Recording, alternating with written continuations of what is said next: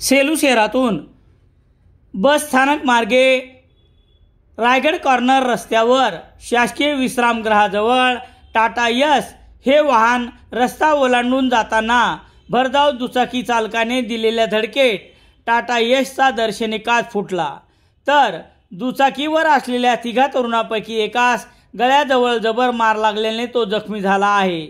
ही घटना मंगळवार 24 डिसेंबर रोजी दुपारी 3 वाजता घडली। घटनास्थळी रुग्णवाहिका दाखल होईपर्यंत या जखमी तरुणास परिसरातील रुग्णालयात दाखल करण्यात आले होते।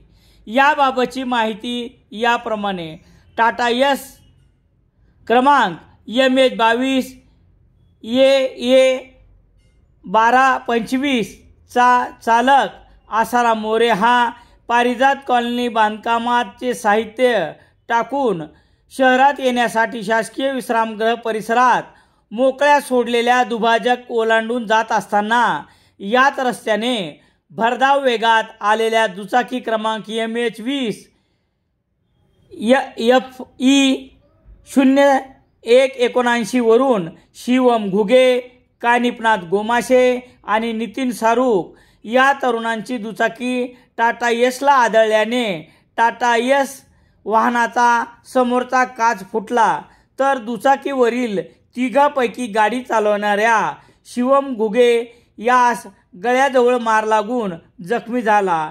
ही घटना मंगळवार 24 डिसेंबर रोजी दुपारी 3 वाजता घडली। या जखमीच्या मदतीसाठी रुग्णवाहिका येण्यापूर्वीच परिसरातील लोकांनी उपचारार्थ घटनास्थळ असलेल्या रुग्णालयात दाखल केले। दरम्यान शहरातील राष्ट्रीय महामार्ग 548B या रस्त्यावर रायगड कॉर्नर ते पाथरी रेल्वे गेट दरम्यान नको तेथे दुभाजकाला रस्ता ठेवल्याने अपघाताचे प्रमाण वाढले आहे। या रस्त्यावर गतिरोधक ही नसल्याने वाहन चालक भरधाव वाहने चालवितात। यामुळे काहींना प्राण गमवावे लागले तर अनेकांना अपंग आले आहे। या जीवघेण्या सोडण्यात आलेल्या दुभाजकाचा तात्काळ बंदोबस्त करण्यात यावा अशी मागणी होत असतानाच यात परिसरात असणाऱ्यांनी ही दुभाजके हवी आहेत असा हट्ट धरल्याने दुभाजक बंद करणे लांबणीवर पडले आहे। हा प्रश्न आता पोलिसाच्या उपस्थितीतच संबंधितांना पूर्ण करावा लागेल।